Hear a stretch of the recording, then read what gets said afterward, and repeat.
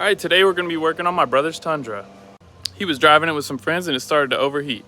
The water pump popped on it, so we're going to be replacing that today along with the thermostat. First thing we're going to do is take off this air box. You're going to take off this 10mm, this 10mm, this plug, a couple clips, and it'll get right out the way. As well as some hoses on the back of the air box here. Now this thing's low on coolant, so we're not going to have to drain it, but we're going to start by taking off this top coolant hose. It's just a clamp right here, and a clamp located at the bottom of the hose right here. Now with that out the way, we're going to take this fan off. What you're going to want to do is you're going to want to put a screwdriver in between the bolts and break them all loose. Once you have all the bolts off the fan, it'll come right off. Some of them don't come right off and you got to beat them a little bit.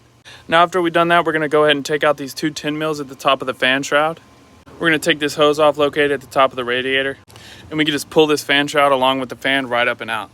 Now with the serpentine belt still on, we're going to go ahead and remove these 12mm off the pulley on the water pump.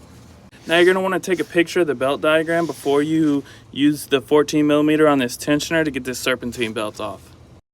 Pulley off of the serpentine belt, you can see that this water pump is absolutely cooked. Now we use some quality parts, acing on this one, and you're going to look at the bolt holes on the new water pump and take them off accordingly on the old one.